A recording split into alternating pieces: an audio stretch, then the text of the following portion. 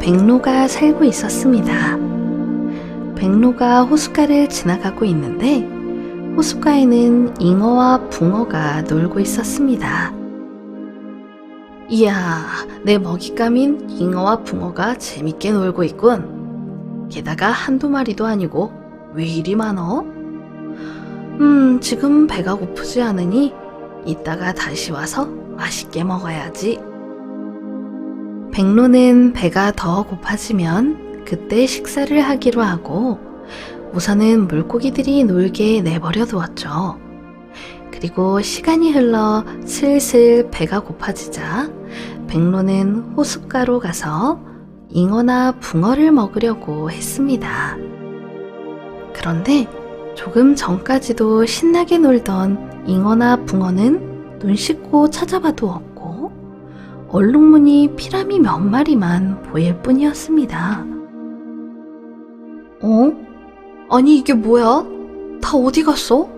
이런 맛없는 놈들만 있네. 백로는 배고픔을 참고 또 참고 붕어와 잉어를 찾기 시작했습니다. 하지만 시간이 지나도 도저히 찾을 수가 없었습니다. 이제 배고픔의 한계를 느꼈습니다. 그때 달팽이 한 마리가 천천히 바위로 기어오르는 것이 보였습니다. 더 이상 따질 겨를이 없던 백로는 평소라면 거들떠보지도 않았을 달팽이를 잽싸게 낚아채 저녁 식사로 먹었답니다.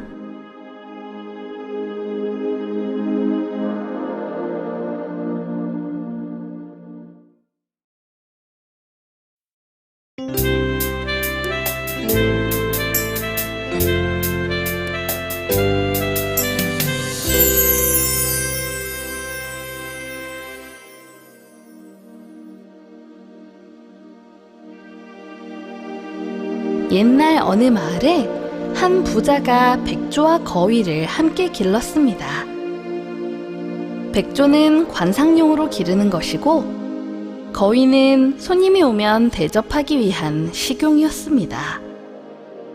백조와 거위는 함께 물가에서 놀고 장난을 치며 즐거운 나날을 보냈습니다. 그러던 어느 날 집에 손님을 맞은 부자가 요리사에게 말했습니다. 얼른 가서 술자리를 준비하게. 거위를 잡아서 수프를 만드는 것도 잊지 말고. 요리사는 거위를 잡으러 갔습니다. 여기 있구나, 거위. 오늘이 너의 마지막 날이구나. 좋은 손님을 위해 넌 희생되어야겠다. 영광으로 알아라.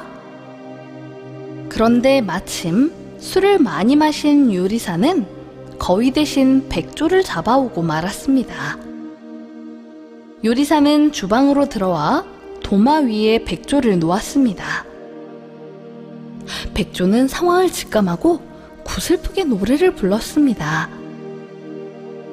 그 노랫소리에 요리사는 깜짝 놀라 눈이 휘둥그레졌습니다. 자세히 보니 자신이 잡아온 것은 거위가 아니라 백조였습니다. 아이고 세상에, 내가 어떻게 멀쩡한 백조를 요리할 뻔했군. 요리사는 백조를 조심스럽게 연못가에 놓아주었답니다.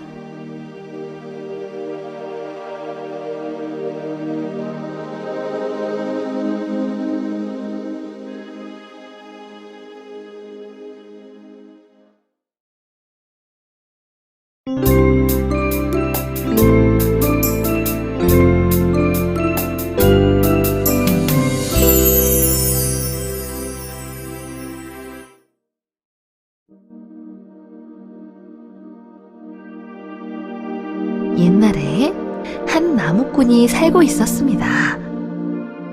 그런데 아무리 열심히 일해도 살림살이가 나아지지 않았습니다. 나무꾼은 열심히 일했지만 가난에서 벗어날 수 없었습니다. 그러던 어느 날 나무꾼이 일을 하다가 산에서 잠시 쉬고 있었습니다. 그런데 갑자기 나무꾼이 땀 흘려 베어놓은 많은 나무가 하늘로 올라가고 있는 겁니다. 나무가 하늘로 올라가네? 이런! 나무꾼은 나무를 꽉 잡고 놓지 않았습니다. 그랬더니 나무는 나무꾼을 매달고 하늘 높이 끝까지 올라갔습니다. 하늘 끝까지 가니 옥황상제가 있었습니다. 여기가 어디야? 하늘나라인가? 자세히 보니 옥황상제님이 계신 겁니다. 나무꾼은 물었습니다. 아니, 대체 제가 여기 왜 오게 된 거죠? 하늘나라에 나무가 필요해서 나무를 찾던 중 네가 잘 베어 놓았더구나. 그래서 나무를 좀 가져왔지. 나무꾼은 너무 화가 났습니다. 나무꾼은 옥황상제님께 따졌습니다. 하루에 나무 한 짐씩 해가지고 겨우 먹고 사는 사람인데 나 같은 사람이 힘들게 벤 나무를 가져가면 어떡하냐고 말입니다. 그런데 옥황상제가 뜻밖의 말을 하는 겁니다. 그건 너의 복이 그거밖에 안 되니까 그렇지. 자, 저길 봐라. 저게 네 평생의 복이다. 옥황상제가 가리킨 곳을 봤더니 세상에 쌀래기 조각만큼 조그마한 겁니다. 너무 작아서 나무꾼은 실망했습니다. 아니, 고작 저게 저의 복이라고요? 그래, 너의 타고난 팔자다 이거야. 그런데 그 옆에 달덩어리처럼 큰 복덩어리가 있었습니다. 나무꾼이 물었죠.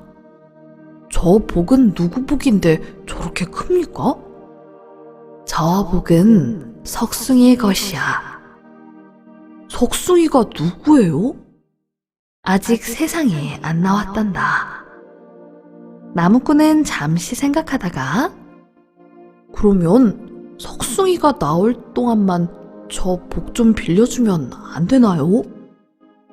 옥황상제는 곰곰이 생각하더니 빌려줄 터이니 갖고 가라.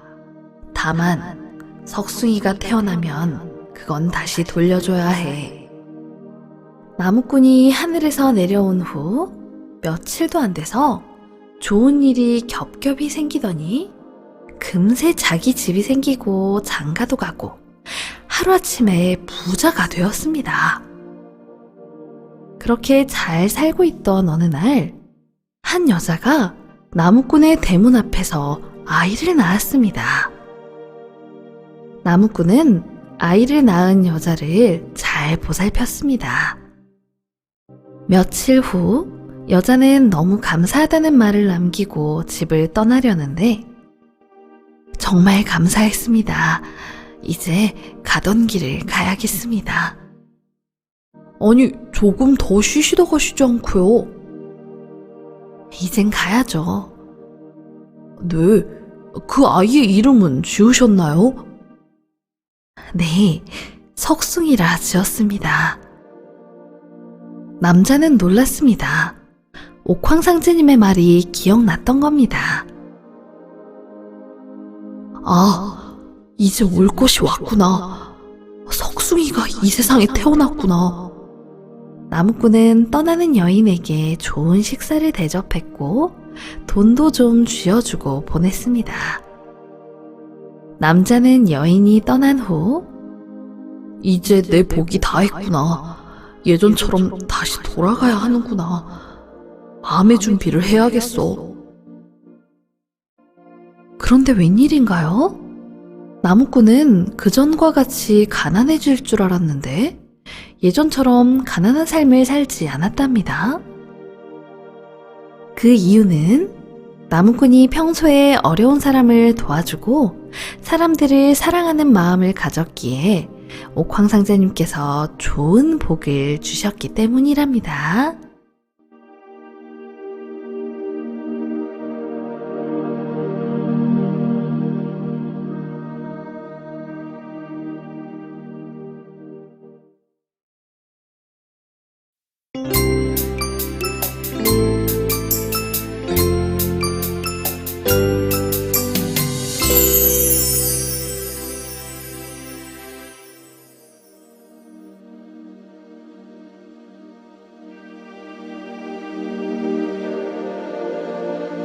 옛날 어느 부잣집에 아주 이상한 일이 생겼어요. 아이고, 이를 어째? 또 저 부엉이 녀석이에요. 무슨 일이냐고요?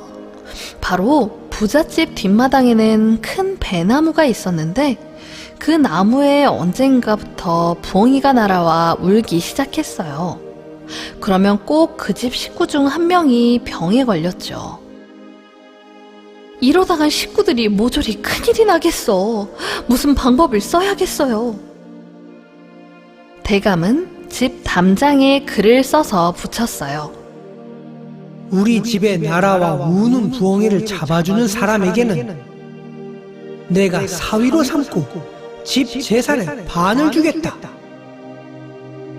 많은 사람들이 이 글을 보게 되었죠. 아니, 부엉이 하나 때문에 딸과 재산의 반을 준다고? 사람들은 저마다 부엉이를 잡겠다고 나섰습니다. 과연 부엉이가 잡혔을까요?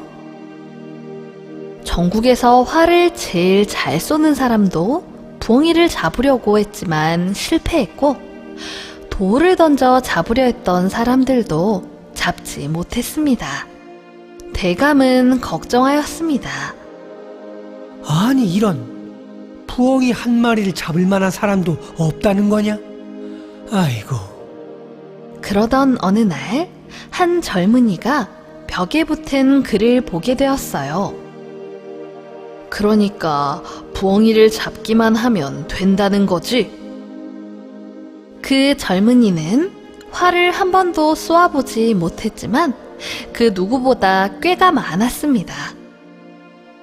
그래서 다른 사람들이 모두 활을 쏘아 부엉이를 잡으려고 하였지만 젊은이는 다른 방법을 생각해 보기로 했어요. 아, 부엉이 녀석, 활을 사용해도 돌을 던져도 잡히지 않는다. 그럼 옳지. 젊은이는 좋은 방법을 생각해냈어요. 그리고 자신만만하게 대감의 집 문을 두드렸습니다. 제게 부엉이를 잡을 좋은 방법이 있습니다. 대감은 젊은이를 집 안으로 불러들였습니다. 그런데 젊은이는 다른 사람들과 달리 활을 가져오지 않고 빈손으로 온 것이었습니다. 대감은 이상하게 생각했어요. 대감은 활도 없으면서 대체 어떻게 부엉이를 잡는다는 말이냐며 답답해하였습니다. 젊은이는 자신있게 말했습니다. 제가 부엉이를 잡는 것은 활조차도 필요하지 않은 간단한 일입니다. 대감은 젊은이를 한번 믿어보기로 했어요. 젊은이는 밤까지 대감의 집에 머물렀어요. 식구들이 모두 잠든 밤, 젊은이는 배나무에 살금살금 올라갔어요. 나무 위에서 한참을 가만히 기다리자 저 멀리서 부엉이가 배나무를 향해 날아오는 것이었습니다. 젊은이는 부엉이가 나무에 앉기를 기다렸습니다. 부엉이가 젊은이를 발견하지 못한 채 나무에 앉았습니다. 그러자 젊은이가 부엉이 다리를 꼭 잡았습니다. 부엉이는 꼼짝없이 젊은이에게 잡히게 되었죠. 젊은이는 나무에서 내려와 큰 소리로 외쳤어요. 부엉이를 잡았습니다. 부엉이를 잡았어요. 대감은 뛰어나와 젊은이의 손에 잡혀있는 부엉이를 발견하였습니다. 고맙네, 고마워. 자네는 오늘부터 내 사위일세. 모두가 활을 쏘아 부엉이를 잡으려 했을 때 활을 쏘지 못하는 젊은이는 나무 위로 올라가 부엉이가 올 때까지 미리 기다리고 있었던 것입니다. 그래서 직접 부엉이를 잡을 수 있었던 것이랍니다.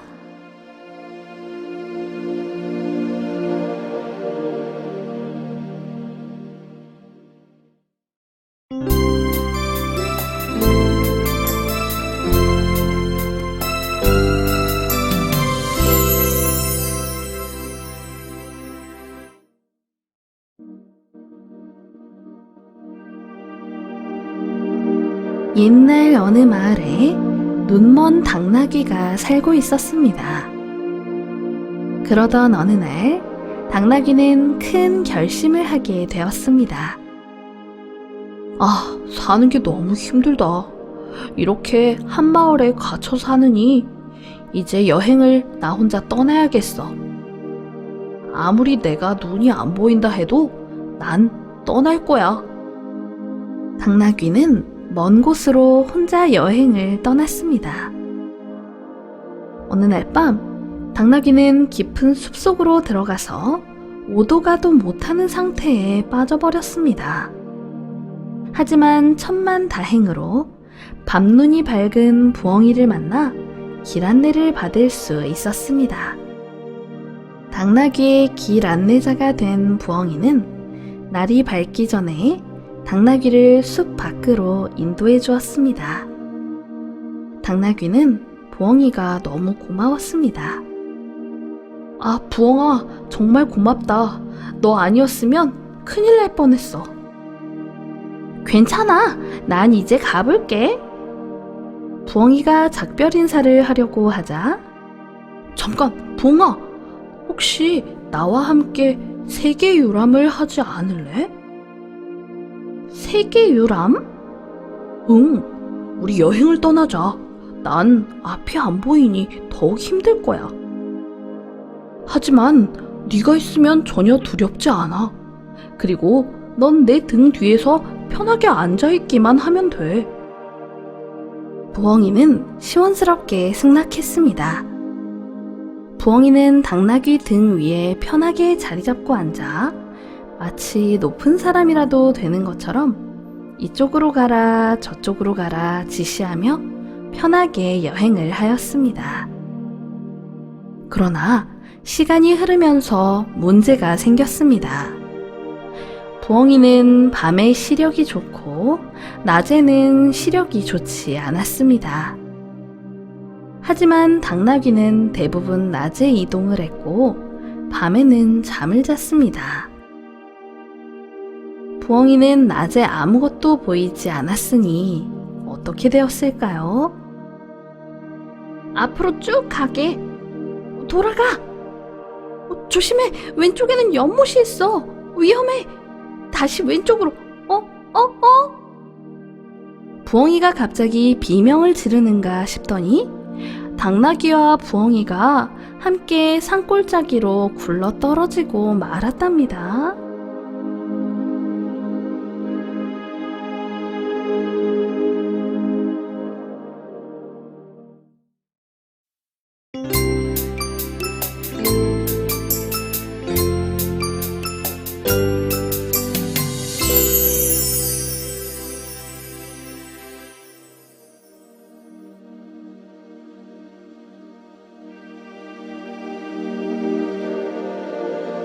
옛날 어느 마을에 7 아들을 둔 어머니가 살고 있었습니다. 남편이 병으로 일찍 세상을 떠나서 어머니는 온갖 굳은 일을 하며 혼자서 열심히 7 아들을 키울 수밖에 없었습니다. 세월이 흘러 7 아들이 훌쩍 자라 어른이 되었습니다. 어머니는 그동안 아들들을 키우느라 머리가 하얗게 센 꼬부랑 할머니가 되었습니다. 어느 겨울날 어머니는 아들에게 방안이 춥다고 말씀하셨습니다. 아들은 아궁이에 불을 지폈는데도 춥다 하시기에 나무를 더 해왔습니다.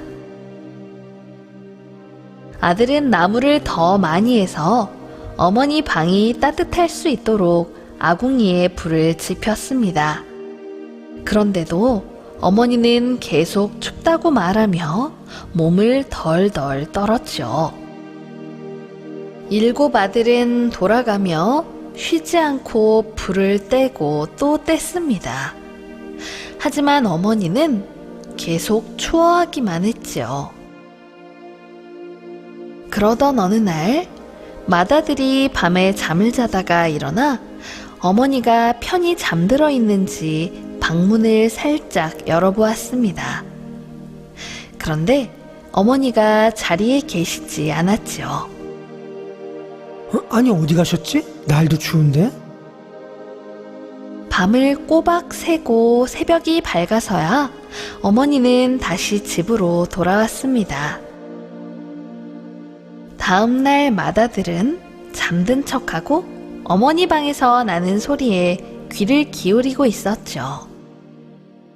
밤이 깊자 다시 어머니가 살금살금 밖으로 나가는 소리가 들렸고 맏아들은 어머니의 뒤를 몰래 쫓았습니다.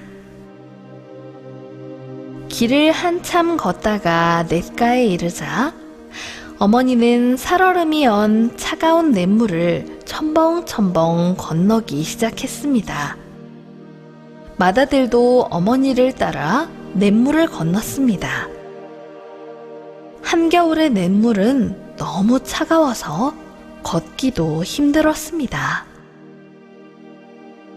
한참을 걷던 어머니는 외딴 초가집 앞에 멈췄어요. 아니 여기는 처음 보는 집인데 대체 어디지? 초가집에는 한 영감님이 살고 있었어요. 영감님은 그 집에서 홀로 살고 계셨어요. 어머니는 초가집으로 들어가 영감님과 도란도란 이야기꽃을 피웠지요. 그때서야 아들은 깨달았습니다. 아이고 어머니께서 외로우셨구나. 어머니가 계속 추웠던 것은 추위 때문이 아닌 외로움 때문이었구나. 아... 맏아들은 서둘러 집으로 돌아가 동생들에게 오늘 있었던 이야기를 말해주었습니다.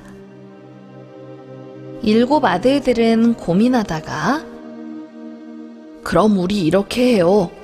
오늘 날이 밝으면 냇가로 달려가 무거운 돌을 날라 징검다리를 놓는 거예요. 어머니가 영감님 뵈러 갈 때 힘들지 않게 말입니다. 맞아요. 크고 튼튼한 돌을 빨리 찾아야겠어요. 7 아들들은 냇가에 열심히 돌을 날라 징검다리를 만들어 놓았습니다.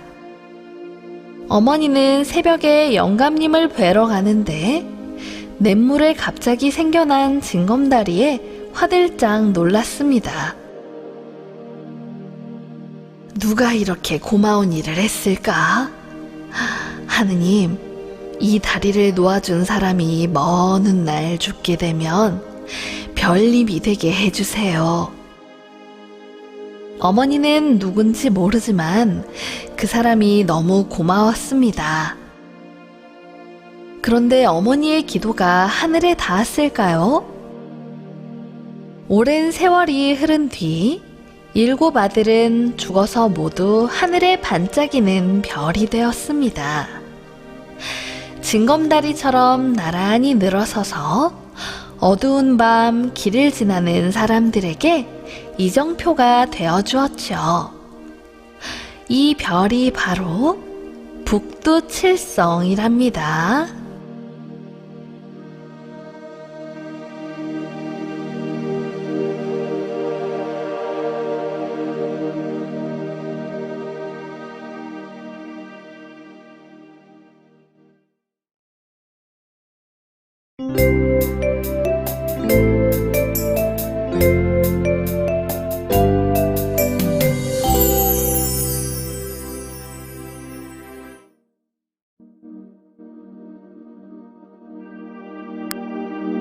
옛날 어느 마을에 농부가 살고 있었습니다. 이 농부는 부지런하여 돈도 많이 모은 아주 착실한 농부였습니다. 그러던 어느 날 농부의 집에 도둑이 들었습니다. 아이고, 이를 어째? 한밤중에 내 돈을 몽땅 가져가 버렸네. 이제 난 거지가 됐네. 아이고. 농부는 친척, 친구, 이웃 등 아는 지인들에게 도움을 구했습니다. 나 좀 도와주게나. 내가 도둑 때문에 남은 돈이 없네.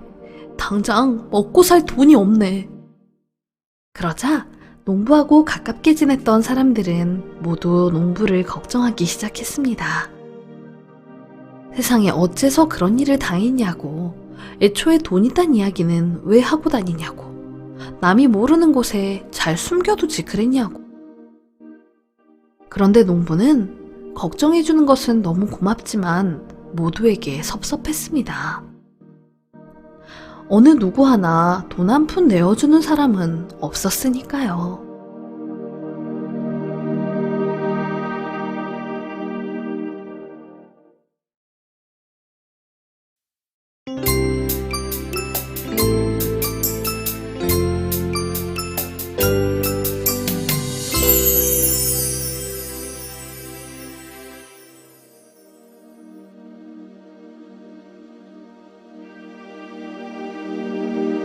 옛날 어느 숲에서 비둘기 한 마리가 날아다니고 있었습니다. 비둘기는 맑은 시냇가에서 물을 마시고 있었는데 무언가를 발견했습니다. 어머, 저 개미! 세상에, 발을 헛디뎌 금방이라도 물속으로 떨어질 것 같은데? 개미 한 마리가 위태위태하게 냇가 앞에서 발버둥치고 있었습니다. 곧 끔찍한 일이 벌어지리라는 건 불을 보듯 뻔한 일이었습니다. 마음 착한 비둘기는 얼른 작은 풀잎 하나를 물어다가 개미에게 던져주었습니다. 개미야, 어서 풀잎을 잡으렴. 개미는 생명줄 같은 그 풀잎을 움켜쥐고 목숨을 건졌습니다. 비둘기님, 고마워요. 괜찮다. 살았으니 다행이다. 바로 그때 맨발의 농부가 새총을 들고 비둘기를 향해 살금살금 다가오고 있었어요. 저 비둘기를 내가 오늘 꼭 잡고야 말겠다. 오늘 저녁은 비둘기 고기가 되겠군. 농부는 새총을 들고 비둘기를 향하고 있었어요. 안 돼! 비둘기님이 위험해! 농부가 총을 발사하려는 순간 개미는 재빨리 그의 발 뒤꿈치로 기어올라 힘껏 물어뜯었습니다. 이거 뭐야? 발 뒤꿈치가 따끔하자 깜짝 놀라 농부는 그만 새총을 떨어뜨리고 말았습니다. 비둘기는 개미에게 고마워, 개미야. 개미도 비둘기에게 조심히 가세요, 비둘기님. 비둘기는 재빨리 날갯짓을 하며 멀리 날아갔답니다.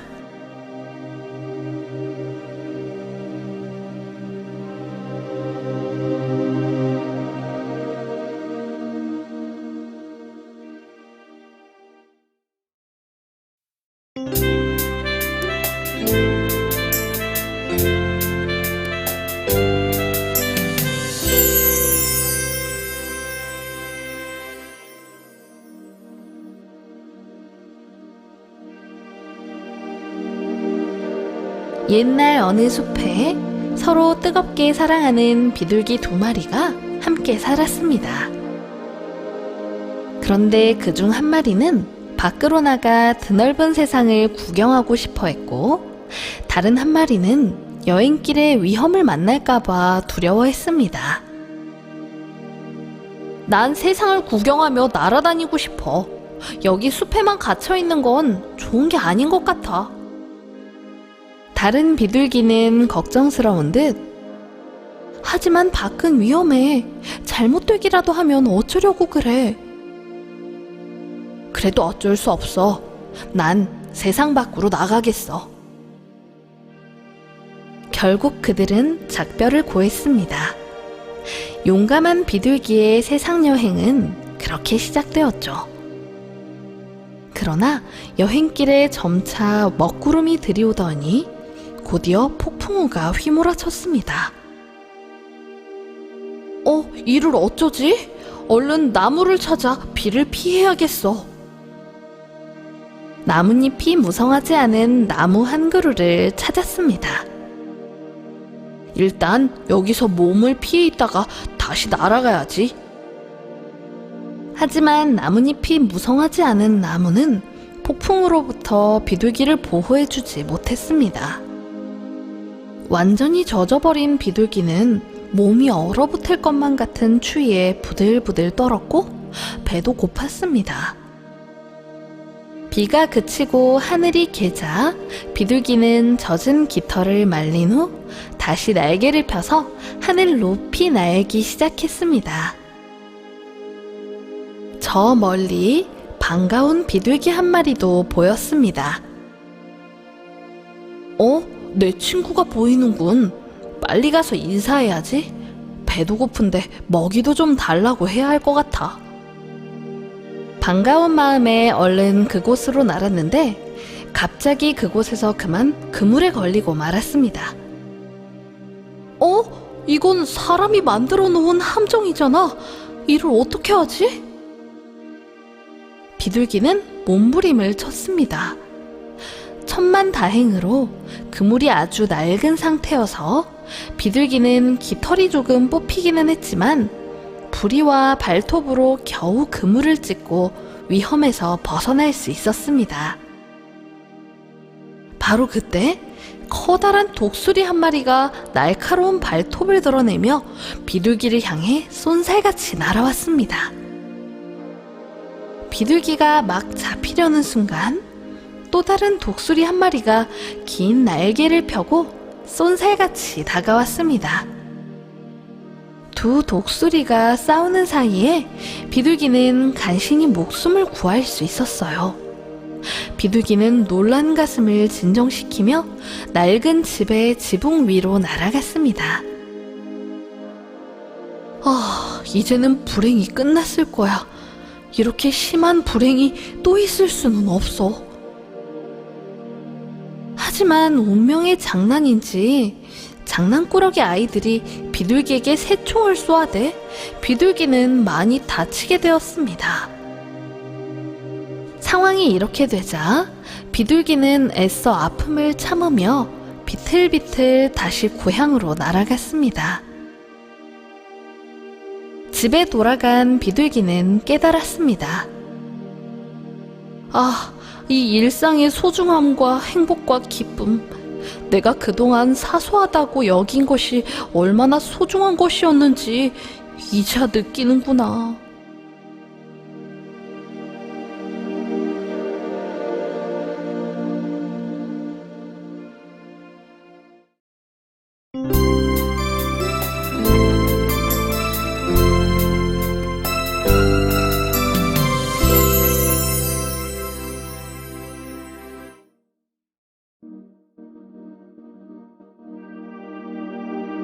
옛날 어느 마을에 금발머리를 기른 아주 귀여운 여자아이가 있었습니다.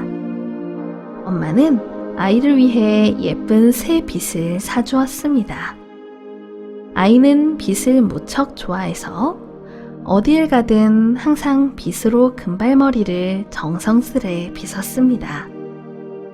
아이의 새 빗은 모양도 예쁘고 빗살도 부드러웠습니다.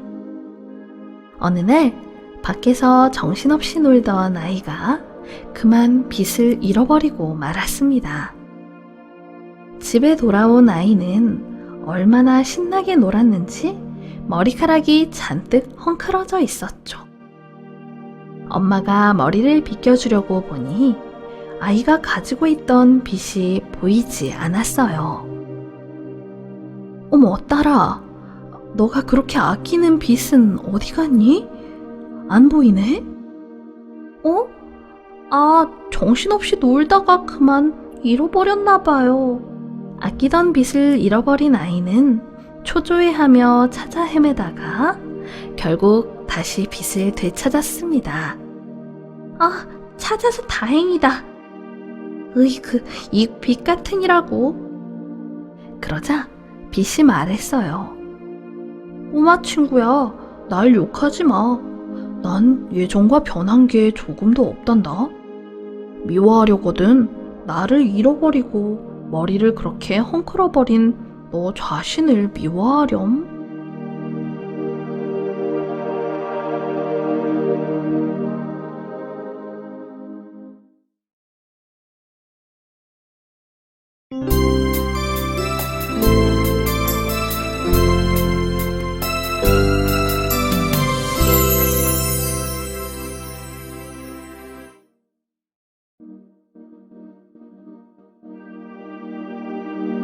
옛날 어느 숲에 사과나무가 살고 있었습니다.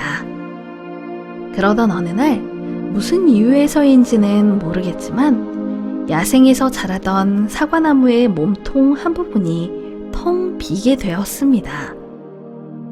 그러자 꿀벌떼가 그 안에 들어가 벌집을 지었어요. 꿀벌들이 공들여 모은 벌꿀로 사과나무의 구멍이 꽉 채워지자 이 나무는 콧대가 높아져서 다른 나무들을 무시했어요. 사과나무가 거드름을 피우며 말했습니다. 어이, 이봐, 내 벌꿀을 좀 보라고.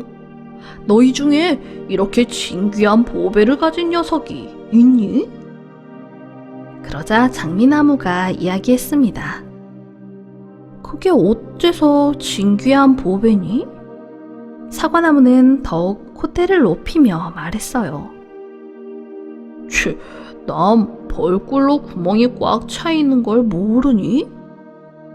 장미나무는 사과나무에게 말하길, 겨우 남의 것을 가지고 자랑하다니 너도 참 불쌍하구나. 설마 네 열매들이 그 벌꿀 때문에 달콤해졌다고 말하는 건 아니지? 진짜 달콤한 열매를 맺고 싶다면 꿀들이 내 과실 안에서 자라게 해야지. 그래야 사람들이 널 칭찬할 거 아니니?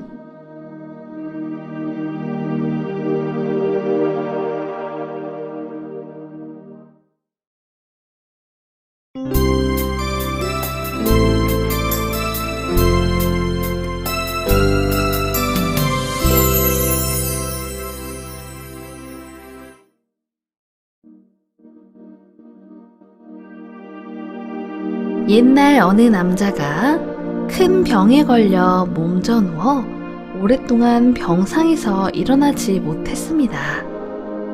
그는 절망스러운 상황에서도 희망의 끈을 놓지 않고 신들에게 기도했습니다.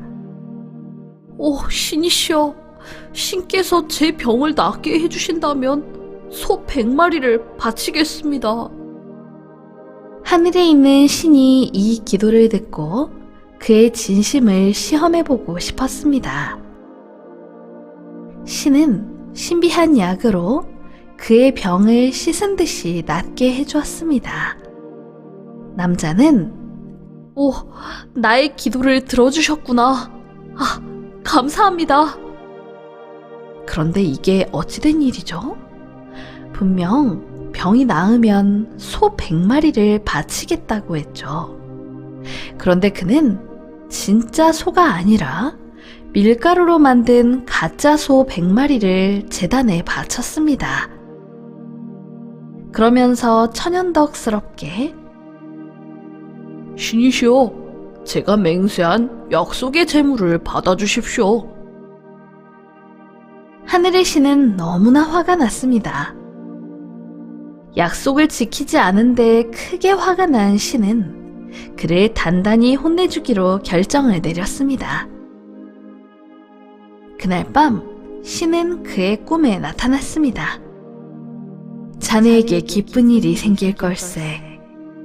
내일 아침 바닷가에 가면 그곳에서 금화를 얻게 될 것이네. 아침 일찍 가야 하네. 꿈에서 깨어난 그는 그래, 하늘의 신이 나를 너무 사랑하시는 게 틀림없어. 남자는 너무나 기뻐 불이 나게 바닷가로 달려갔습니다. 하지만 그곳에서 금화는커녕 해적을 만나 혼쭐이 나고 말았습니다.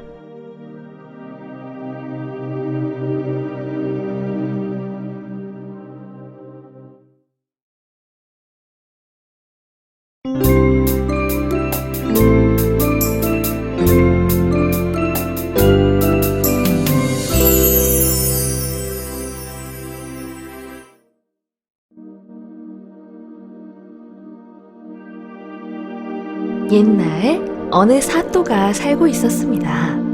이 사또는 마을 사람들을 위해 열심히 일하는 선량한 사또였습니다. 그러던 어느 날 사또 앞에 뭔가 특이한 모습의 한 남자가 나타났습니다. 아니, 넌 대체 누구냐? 옷차림도 이상하고 우리 마을 사람 같지가 않구나. 그러자 이 남자는 저는 용궁에서 온 사람입니다. 용왕님의 명령을 받고 사또를 모시러 왔습니다. 같이 타고 갈 배를 준비해놨습니다. 사또는 뭔가에 홀린 듯 용궁에서 온 사람과 함께 배를 타고 용왕님 앞으로 가게 되었습니다. 용왕님은 사또에게 말하길 자기가 죽을 병에 걸렸다는 겁니다. 그런데 이 병이 나으려면 사람의 쓸개에 있는 돌을 먹어야 낫는다고 하였습니다. 사또의 쓸개에는 돌이 있기에 그걸 먹어야겠다는 겁니다. 그 말을 들은 사또는 눈앞이 캄캄해졌습니다. 사또는 어찌할 바를 모르고 있었습니다. 용왕님은 사또에게 미안하게 되었다며 그 대신 죽기 전에 먹고 싶은 것이 있으면 실컷 먹게 해주겠다 하였습니다. 그때 사또의 머릿속을 스쳐 지나가는 무언가가 있었습니다. 아, 그래. 복숭아를 먹으면 쓸개의 돌이 없어진댔지. 사또는 용왕에게 청하였습니다. 전 복숭아를 좋아하니 많이 갖다 주십시오. 원 없이 먹고 싶습니다. 사또는 며칠 동안 계속 복숭아만 먹었습니다. 며칠 뒤 용궁의 의원이 찾아왔습니다. 의원이 사또의 배를 진찰하였지만 아무리 찾아도 쓸개의 돌을 찾을 수 없었죠. 그 이유는 바로 복숭아를 많이 먹어서 그 돌이 없어졌기 때문입니다. 이렇게 되자 용왕님은 쓸개에 돌이 없는 사람이라면 까닭없이 해칠 수 없으니 도로 있던 곳으로 보내라고 신하들에게 명하였습니다. 덕분에 사또는 목숨을 건지고 무사히 마을로 돌아올 수 있었답니다.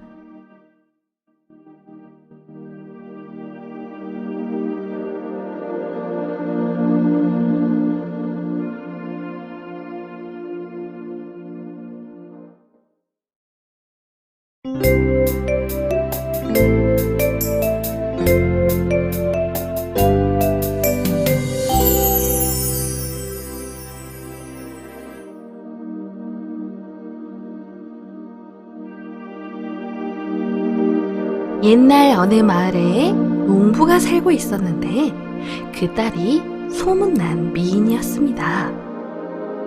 그런데 우연히 마을을 지나가던 사자가 농부의 딸에게 마음을 빼앗겼습니다. 사자는 농부에게 다가가 말했습니다. 이보시오, 농부. 난 당신의 딸과 결혼해야겠소. 괜찮겠죠? 농부는 너무 놀랐습니다. 응? 아니, 어떻게 사람이랑 동물이랑?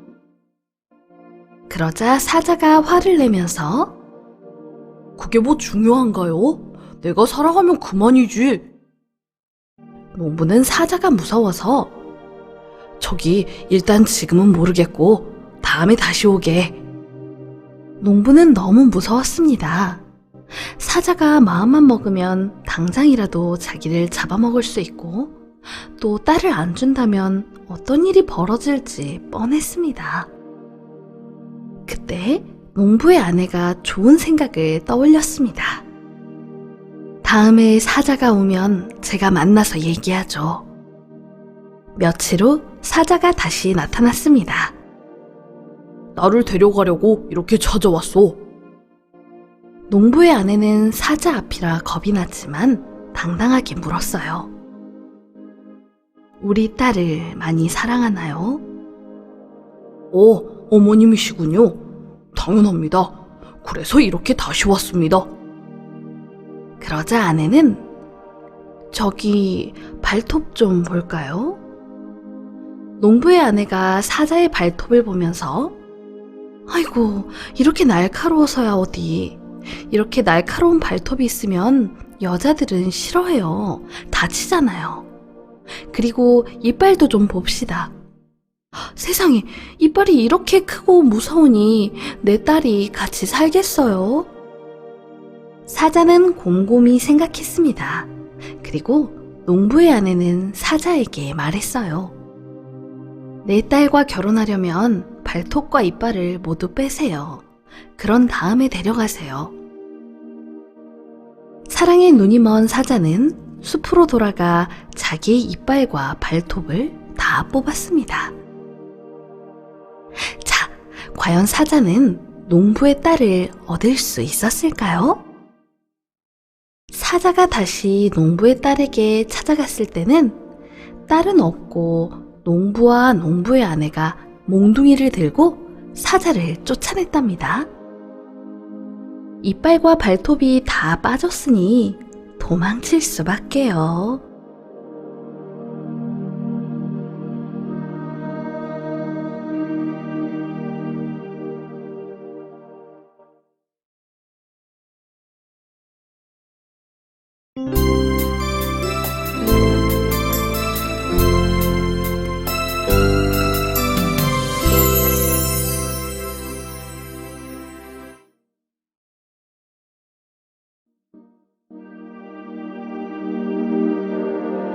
옛날 어느 숲속에 다양한 동물들이 살고 있었습니다.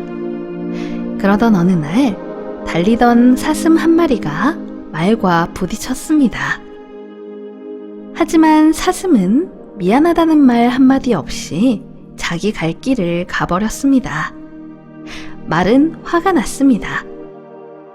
뭐야? 사과도 하지 않고 그냥 가네? 사슴의 무례함에 단단히 화가 난 말은 잘잘못을 따지려고 그 뒤를 쫓아갔습니다.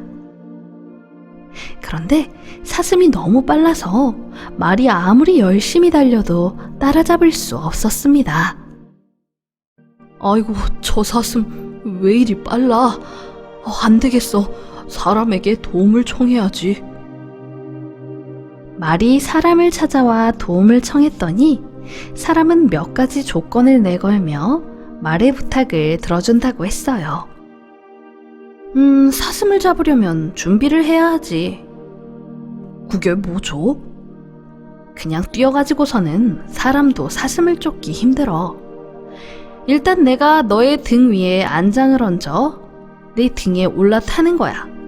그리고는 내 지시에 따라 말 너는 그냥 쉴 틈도 없이 쫓기만 하면 돼. 어때? 할 수 있겠어? 그래요. 사슴만 잡을 수 있다면.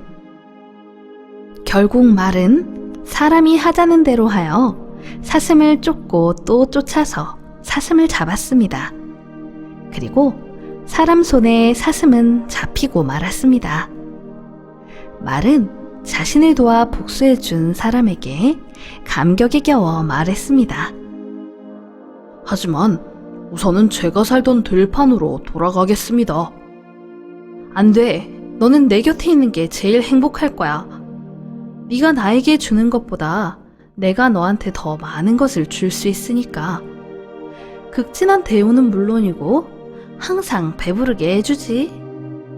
말은 사람의 말을 따를 수밖에 없었습니다. 언제든지 사람의 말을 듣기로 했으니까요. 말은 생각했습니다. 아무리 좋은 게 많아도 자유가 없으면 무슨 의미가 있겠어. 말은 작은 화를 참지 못하고 무슨 수를 써서라도 복수하려고 했던 자신이 잘못했으며 복수는 어리석은 일이었다는 사실을 깨달았습니다. 하지만 지금 후회해도 아무 소용없는 일이 되었습니다. 마곡간은 이미 지어졌고 준비는 모두 끝났습니다. 말은 사람의 심부름을 하면서 평생을 지내게 되었답니다.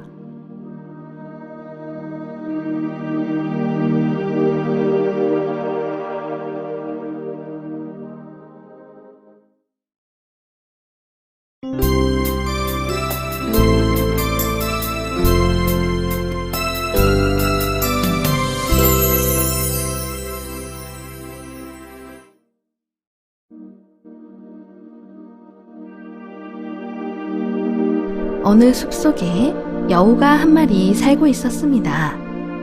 여우는 늘 고민이 하나 있었습니다.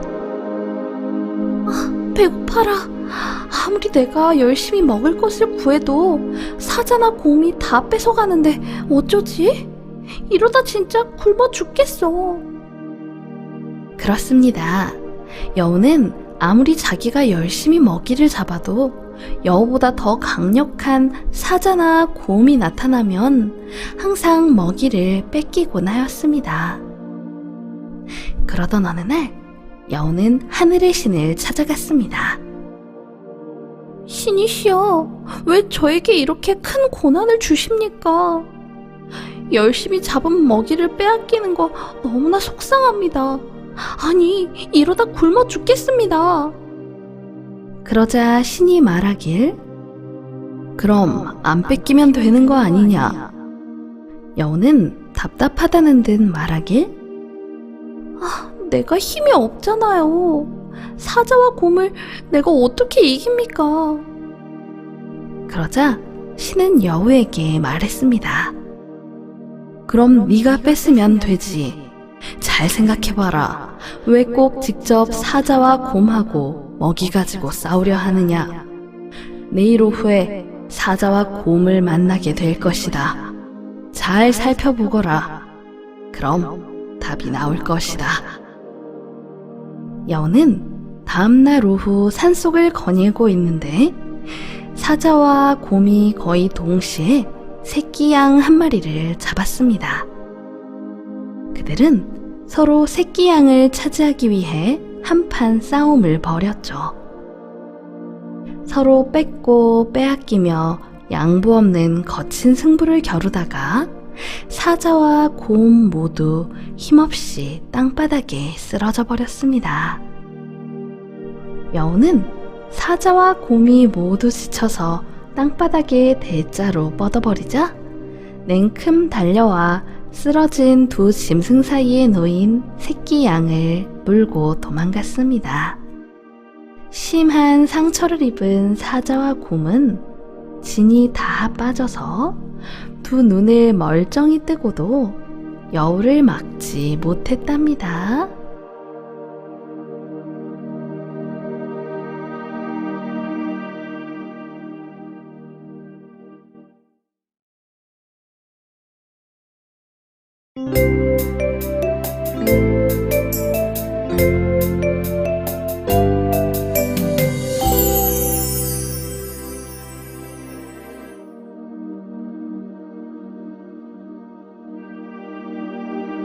옛날에 사자가 살고 있었습니다. 사자는 우연히 바닷가를 지나다가 아름다운 돌고래가 파도를 가르며 솟아오르는 모습을 보게 되었습니다. 이야, 돌고래는 너무 멋있구나. 그리고 사자는 돌고래에게 말했습니다. 돌고래야, 우리 친구하지 않을래? 바다의 왕은 돌고래, 육지의 왕은 사자. 어때? 돌고래도 좋았습니다. 그래, 좋아. 우리 친구하자꾸나. 그날 이후 둘은 둘도 없는 친한 친구가 되었습니다. 그러던 어느 날 사자는 들소와 치열한 싸움을 하게 되었습니다. 사자는 돌고래에게 도와달라고 요청했습니다. 하지만 돌고래는 육지로 갈 수가 없었습니다. 돌고래가 할 수 없이 거절하자 사자는 너무 실망하며 돌고래, 너 어떻게 그럴 수가 있어? 의리를 저버리다니 정말 실망이야. 돌고래는 안타까운 마음으로 사자에게 이렇게 말했습니다. 날 너무 비난하지 마. 이 세상이 자연을 원망해. 난 육지로 가고 싶어도 갈 수가 없으니까. 사자는 그때 깨달았습니다. 자기 자신과 어울리는 동물과 친구가 되어야 한다는 걸 말이죠.